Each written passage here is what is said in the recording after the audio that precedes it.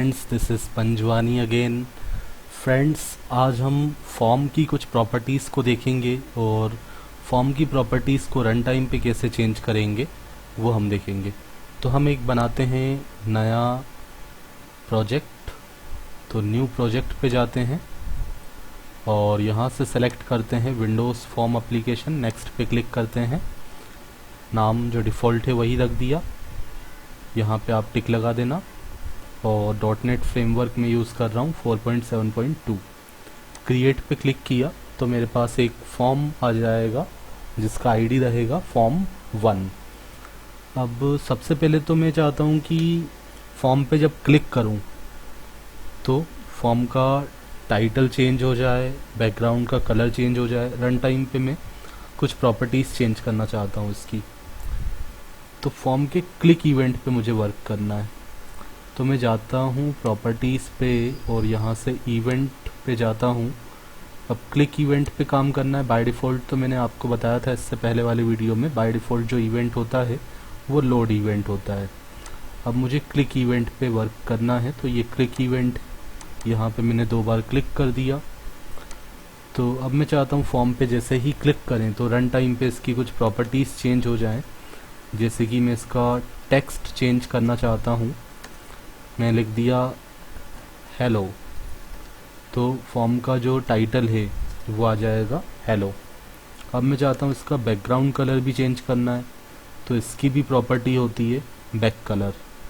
जैसे बटन का बैकग्राउंड हमने चेंज किया था। और कलर डॉट कलर का नाम आप प्रोवाइड करते हो, तो मैंने कलर का नाम दे दिया लाइट ब्लू सेमीकोलन। ठीक है, अब मैं आपको रन करके दिखाता हूँ। अब ये तो हमने फॉर्म पे क्लिक करके प्रॉपर्टीज़ को चेंज किया। अब हम चाहते हैं कि बटन पे क्लिक करके भी प्रॉपर्टीज़ चेंज हो पाएँ। ठीक है, अब मैं फॉर्म पे क्लिक करता हूँ तो आप देखो बैकग्राउंड कलर चेंज हो गया और टाइटल भी चेंज हो गया। अब यही वर्क हम चाहते हैं अगर बटन पे क्लिक करने से फॉर्म की प्रॉपर्टीज़ को चेंज करना है। तो कुछ बटन्स ले लेते हैं। टूल बॉक्स में जाते हैं और मैंने यहाँ पे 2 बटन ले लिए।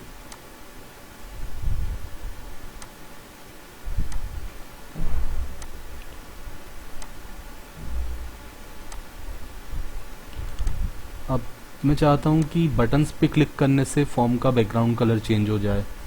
तो पहले बटन पे जाके मैंने पहले तो बटन पे कुछ टेक्स्ट प्रोवाइड कर देते हैं।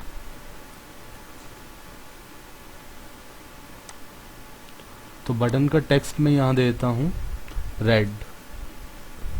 तो बटन पे रेड लिखा हुआ आ जाएगा। दूसरे बटन पे मैं चाहता हूँ ग्रीन लिखा हुआ आ जाए। तो इसका भी टेक्स्ट चेंज कर दिया। टेक्स्ट मैंने इसका दे दिया ग्रीन।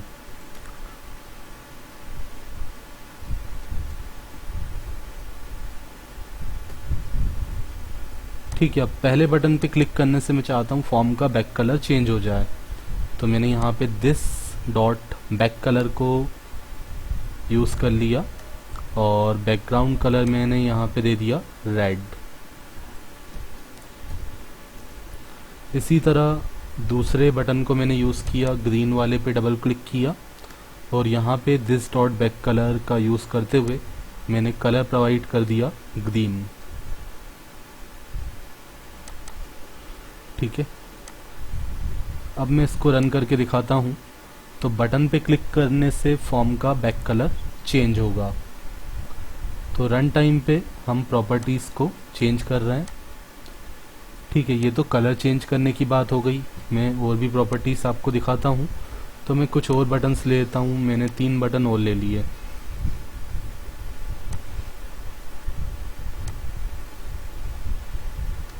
कॉपी पेस्ट भी कर सकते हैं।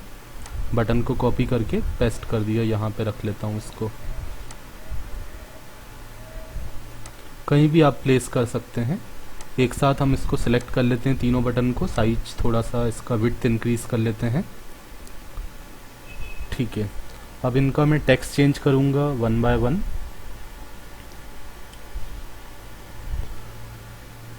तो पहले बटन को मैंने सेलेक्ट किया, ये जो बटन 3 है, उसकी प्रॉपर्टीज़ में जाके मैंने इसका टेक्स्ट चेंज कर दिया और यहाँ पे मैं लिखा नॉर्मल। और सेकंड जो बटन 4 है, ठीक है, बटन 4 को रखते हैं ऊपर और इसको रखते हैं नीचे। ठीक है, तो बटन 4 को मैंने सेलेक्ट किया और इसका टेक्स्ट मैंने चेंज कर दिया। इसका टेक्स्ट मैंने दे दिया मिनिमाइज। फॉर्म को मिनिमाइज करना है। और उसके बाद नेक्स्ट आप समझ चुके होंगे, फॉर्म को मैक्सिमाइज करना है।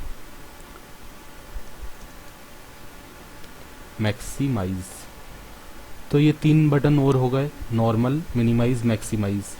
अब नॉर्मल पे जब मैं क्लिक करता हूँ तो मैं चाहता हूँ कि जो फॉर्म है, जैसे अभी मैं रन करता हूँ तो फॉर्म एक पार्टिकुलर उसका साइज था, तो ये बटन का जो है, सॉरी, फॉर्म का जो है नॉर्मल साइज है। तो इस पर क्लिक करने से मैं चाहता हूँ फॉर्म नॉर्मल हो जाए, मतलब उसका साइज जो है नॉर्मल हो जाए। मिनिमाइज। मिनिमाइज मतलब ये जो फॉर्म है वो यहाँ से गायब हो जाए, आइकोनिफाइड हो जाए, आइकॉन के फॉर्म में आ जाए। मैक्सिमाइज में फॉर्म का फुल विड्थ में आ जाए, फॉर्म पूरा विड्थ और हाइट पूरा फुल स्क्रीन हो जाए। ठीक है, तो ये कोड हम लिखते हैं यहाँ पे। तो नॉर्मल पे मैं क्लिक करता हूँ और यहाँ पे मैं लिखता हूँ this dot window state, this dot window state. और मैंने यहाँ बता दिया form window state dot normal. Form का जो स्टेट है वो कैसा हो जाए, नॉर्मल हो जाए। देन आफ्टर मैं जाता हूँ वापस और नेक्स्ट बटन पे क्लिक करता हूँ, मिनिमाइज जिस पे लिखा था। तो यहाँ पे भी मैं दिस डॉट विंडो स्टेट का यूज़ करते हुए बता दूंगा कि फॉर्म का जो स्टेट है वो कैसा हो जाए, मिनिमाइज्ड हो जाए, मतलब फॉर्म जो है गायब हो जाए और वो आइकोनिफाइड हो जाए। Minimised, maximised. तो बस प्रॉपर्टीज़ हैं, ये नाम आपको याद रखने, कौन सी प्रॉपर्टी का क्या वर्क होता है। और ये हिंट तो आते ही हैं आपको, अगर थोड़ा आइडिया है तो आप थोड़ा सा टाइप करोगे तो ये हिंट आपको मिल जाएंगे। यहाँ मैक्सिमाइज लिखा। ठीक है, इसी तरह एक क्लोज वाला भी मैं बना देता हूँ ताकि विंडो को क्लोज कर पाएँ, फॉर्म को क्लोज कर पाएँ। तो एक टूल बॉक्स में जाके एक बटन और ले लेते हैं या फिर यहाँ से कॉपी कर लेते हैं। यहाँ पे मैं लिख दिया क्लोज।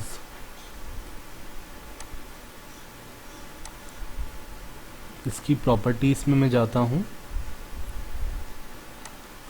अब मैं चाहता हूँ कि इस पे क्लिक करने से हमारा जो फॉर्म है वो क्लोज हो जाए।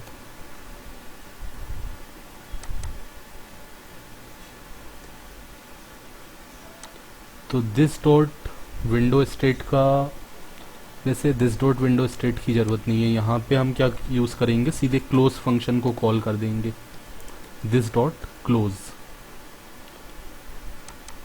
ठीक है, ये फंक्शन आप वहाँ पे भी यूज़ कर सकते थे। इससे पहले मैंने जो आपको बताया था, एक बटन पे क्लिक करके दूसरा फॉर्म ओपन हो जाए। ठीक है, तो हम क्या कर रहे थे, बटन पे क्लिक कर रहे थे तो फॉर्म ओपन हो रहा था, बट जो फॉर्म 1 है वो भी ओपन ही था और दूसरा फॉर्म 2 ओपन हो गया था। बट हम अगर चाहते हैं कि फॉर्म 1 पे जो बटन है उस पर क्लिक करें तो फॉर्म 2 ओपन हो जाए और फॉर्म 1 क्लोज हो जाए, तो आप दिस डॉट क्लोज का वहाँ पे यूज़ कर सकते हैं। ठीक है, आप ट्राई कर सकते हैं। अगर नहीं होता है आपसे तो आगे बहुत सारे एग्जाम्पल आएंगे और उसमें ये सारी चीज़ें कवर होती जाएंगी धीरे धीरे। ठीक है, तो आप पूरा सीरीज़ स्टेप बाय स्टेप देखें तो आपके सारे सवालों के आंसर आपको मिलते जाएंगे। और अगर आपकी कुछ डिमांड है कि हमें ये फंक्शन के बारे में समझना है तो आप कमेंट करके बताइए, मैं ट्राई करूँगा। This dot close. ओके, मैं इसको रन करता हूँ।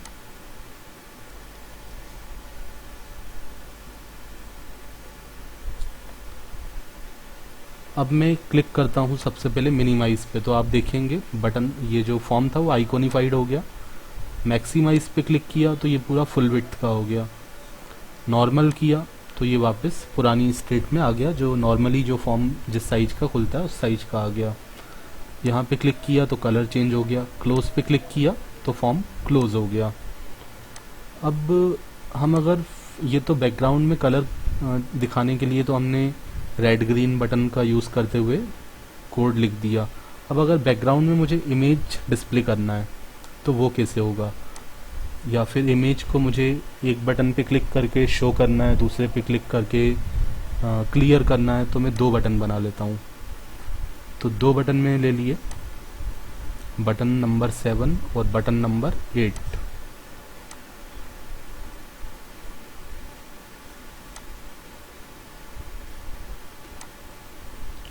ठीक है, बटन 7 पे मैंने लिखा show background image, show background image. और बटन नंबर 8 पे मैंने लिखा क्लियर बैकग्राउंड इमेज।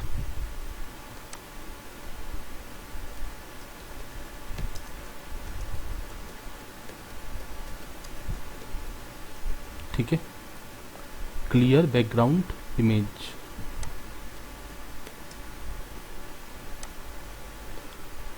ठीक है, तो अब इन दोनों बटन का कोड करते हैं। शो बैकग्राउंड इमेज वाले बटन पे मैंने क्लिक किया और यहाँ पे मैं लिखता हूँ कि मुझे कौन सी प्रॉपर्टी को चेंज करना है, बैकग्राउंड इमेज प्रॉपर्टी को चेंज करना है। तो आप देखोगे यहाँ पे प्रॉपर्टी है बैकग्राउंड इमेज, फॉर्म का बैकग्राउंड इमेज चेंज करना है। दिस मतलब फॉर्म को रेफ़र कर रहे हैं हम, ठीक है, क्योंकि क्लास हमारी जो है वो क्या है, फॉर्म 1। तो जिस क्लास के अंदर हैं हम उसी को रेफ़र करने के लिए दिस यूज़ होता है। This dot background image assign image, तो हम यहाँ पे इमेज क्लास का यूज़ कर लेते हैं और इसके थ्रू एक फंक्शन कॉल करते हैं फ्रॉम फाइल। ठीक है, और इसके अंदर हम लोकेशन बताएंगे कि इमेज कहाँ पे है। तो मैं कोई इमेज लेता हूँ, ठीक है, इमेज किसी भी ड्राइव में हो सकती है, आप उसकी लोकेशन बता सकते हो। जैसे मैं डी ड्राइव के अंदर जाता हूँ तो मेरे पास यहाँ पे कुछ इमेजेस हैं, ये लॉगिन लोगो, ये वाली इमेज में यूज़ कर लेता हूँ। तो ये नाम मैंने यहाँ से कॉपी कर लिया इमेज का और यहाँ पे मैं जाके इसको पेस्ट कर देता हूँ। लेकिन ये इमेज किस ड्राइव के अंदर थी, डी ड्राइव के अंदर। तो जहाँ पे भी इमेज है पूरा लोकेशन आपको बताना है। डी ड्राइव के अंदर तो D:\/ लगाओगे, और डबल स्लैश क्यों लगाते हैं ये भी मैं आपको पहले जो वीडियोस थे उसमें बता चुका हूँ। ठीक है, लोकेशन बताते समय आप डबल स्लैश इसीलिए लगाते हो क्योंकि सिंगल स्लैश का मतलब क्या होता है, एस्केप सीक्वेंस होता है। अगर मैं सिंगल स्लैश लगाऊंगा तो यहाँ पे इधर आएगी अनरिकॉग्नाइज्ड एस्केप सीक्वेंस। तो आप क्या करोगे, जहाँ पे भी स्लैश को रिकॉग्नाइज करवाना है तो वहाँ पे 2 बार स्लैश लगाना है। ठीक है, एक बार इसको एक और बटन हम बना लेते हैं। पहले एक और बटन का कोड कर लेते हैं क्लियर बैकग्राउंड इमेज। इससे हमें बैकग्राउंड इमेज को क्लियर करना है। तो दिस डॉट बैकग्राउंड इमेज, अब बैकग्राउंड इमेज को हम क्लियर करना चाहते हैं तो उसमें नल असाइन कर देते हैं। ठीक है, यहाँ पे बैकग्राउंड इमेज प्रॉपर्टी का यूज़ करते हुए हमने उसमें इमेज को असाइन कर दिया और यहाँ पे नल असाइन कर दिया, तो वो क्लियर हो जाएगी। अब मैंने इसको रन किया तो देखते हैं इमेज किस तरीके से डिस्प्ले होती है। तो देखेंगे आपकी इमेज आ गई और इस पर क्लिक किया तो क्लोज हो गया। अब इमेज क्या हो रही है, रिपीट हो रही है बार बार, क्योंकि इमेज का साइज छोटा था। अब हम इसमें चाहें तो एक प्रॉपर्टी और यूज़ कर सकते हैं। ठीक है, तो एक प्रॉपर्टी में और लगा के देखता हूँ क्या इफेक्ट आता है। तो मैं यूज़ करता हूँ this dot background image layout. मैं बैकग्राउंड इमेज का लेआउट सेट करना चाहता हूँ, तो मैंने इस प्रॉपर्टी को यूज़ किया और यहाँ पे लिखा इमेज लेआउट डॉट जूम।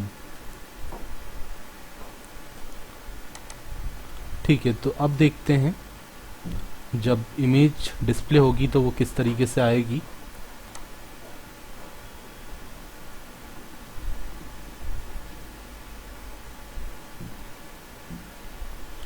ठीक है, अब मैं इस पर क्लिक करता हूँ तो आप देखो इमेज बार बार रिपीट नहीं हो रही है, वो जूम हो गई।